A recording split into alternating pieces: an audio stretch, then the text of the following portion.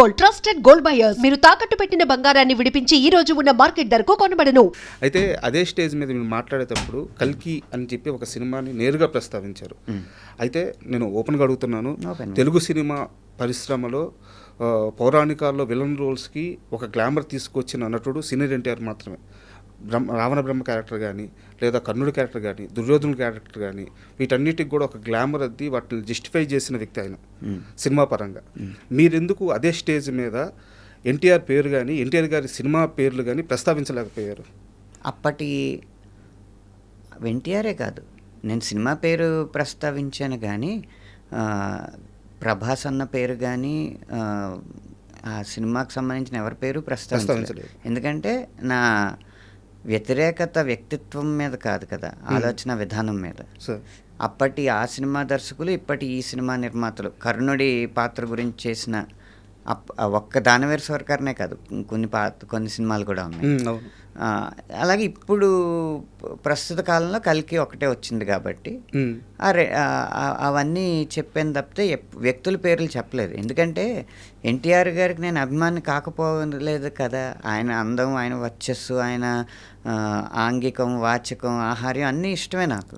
ఇక్కడ నా వాదన ఏంటి, అక్కడ ఆ సినిమాలో తీసిన ఆలోచన విధానం మీద. కర్ణుడు ఎప్పటికీ భీముడి కంటే ధైర్యవంతుడు కాదు, అర్జునుడి కంటే గొప్పోడు కాదు. అది చూపకుండా విలన్ని హీరోగా చూపెట్టడం అనేది కరెక్ట్ కాదని. అదేంటి, మనం సృష్టించిన పాత్ర అయితే పర్లేదు, మనం సృష్టించిన పాత్ర ఒక క్రిమినల్ అయినా ఆ కథకు అతనే హీరో అయితే హీరోయే, ఎవరు కాదనలేరు. కానీ ఇవి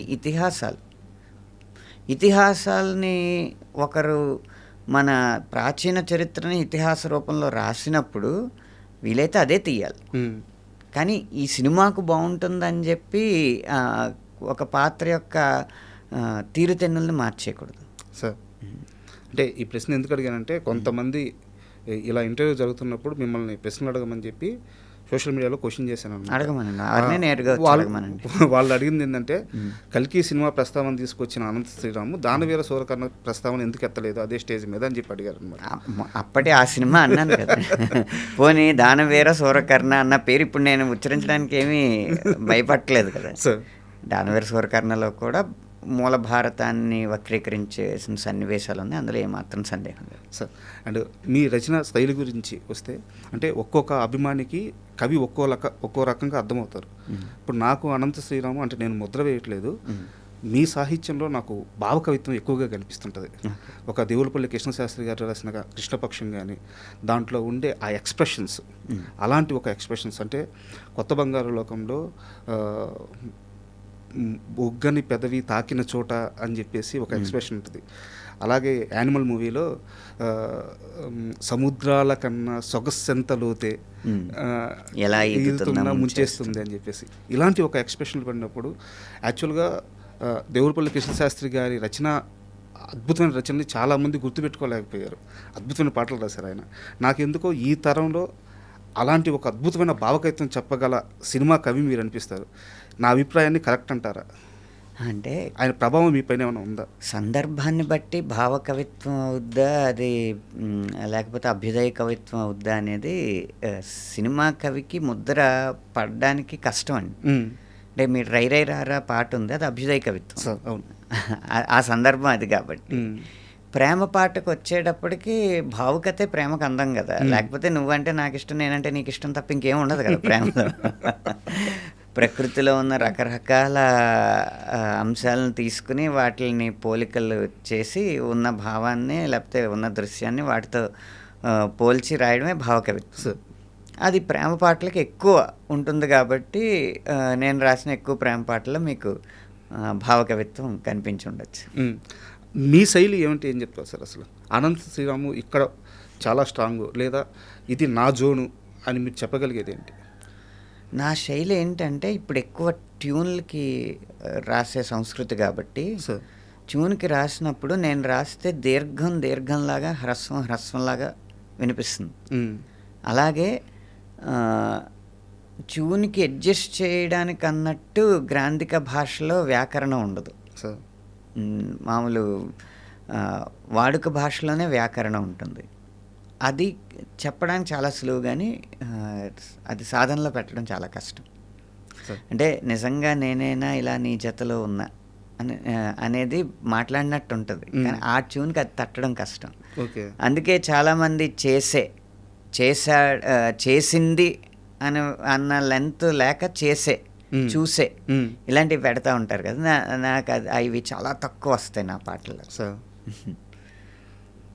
అండ్ నాకు ఇంకోటి బాగా నచ్చిన అంశం ఏంటంటే 21 సంవత్సరాలు, 20 సంవత్సరాలు వేసుకోండి మీ సినిమా ప్రయాణం రచయితగా.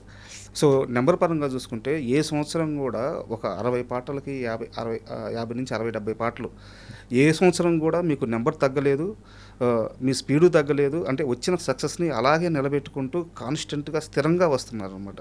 ఇది ఎలా సాధ్యం అవుతుంది? నేను కెరీర్ బిగినింగ్లో ఏది విజయం అనేది ఒక ప్రశ్న వేసుకున్నాను నేను. ఏది విజయం అని ప్రశ్న వేసుకున్నప్పుడు అన్నిటికంటే పెద్ద బడ్జెట్ సినిమాలో రాయడం విజయమా, లేకపోతే మన పాటలు ఆటోల దగ్గర నుంచి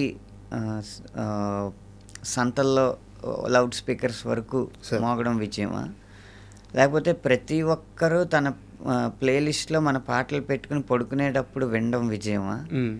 ఇవన్నీ ఆలోచిస్తుంటే నాకు అనిపించింది ఏంటంటే అసలు అవేమీ విజయం కాదు, నిలకడొక్కటే విజయం అని నాకు అనిపించింది. ఎందుకు అంటే సినిమా విజయాన్ని బట్టే పాటల విజయాలు ఆధారపడి ఉంటాయి.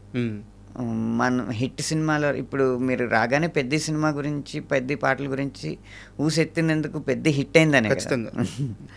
అది మన చేతిలో లేదు. సినిమా విజయం అనేది దర్శకుడి చేతిలో ఉంది. కాకపోతే విజయవంతమైన సినిమాలో వెళ్ళిపోయే పాటలు కాకుండా గుర్తుండిపోయే పాటలు రాస్తే కొన్నాళ్ళు విజయవంతమైన సినిమాలు రాకపోయినా అప్పటి పాటలు గుర్తొచ్చి ఇది రాసింది ఇతనే కదా అని ఆ దర్శకుడికి మనం స్ఫురించాలి. అప్పుడు మళ్ళీ పాటలు వస్తాయి. అలా అప్పుడప్పుడు విజయాలు వచ్చినప్పటికీ కూడా ఆ విజయం ఒక ముద్ర వేసే విజయంగా ఉంటే ఖచ్చితంగా మన విజయం కొనసాగుతూ ఉంటుంది అని పెట్టుకుని ప్రతి పాటకి ఒక నాణ్యత ఉండేలాగా ప్రయత్నించినది. ఐటమ్ సాంగ్ నుంచి ప్రేమ గీతం వరకు ఏదైనా నా తాలూకు నాణ్యత ఉండడానికి ప్రయత్నించాను. అది నిలకడ ఇచ్చింది నాకు, అది కాపాడింది. అందుకనే ఎప్పుడు ఏ రోజు నేను బాహాటంగానే ఒప్పుకునేది ఏంటంటే ఏ రోజు నెంబర్ 1 ఎవరంటే అనంత శ్రీరామ్ పేరు రాదు, కానీ ఆ నెంబర్ 1 పేర్లు మారుతూ ఉంటాయి, నెంబర్ 2 పేరు నాది ఉంటుంది. అది సేఫ్ గేమా? అది సేఫ్ గేమ్ కాదు, నాకు నా విధానంలో నాకు కుదిరిన అంశం అది.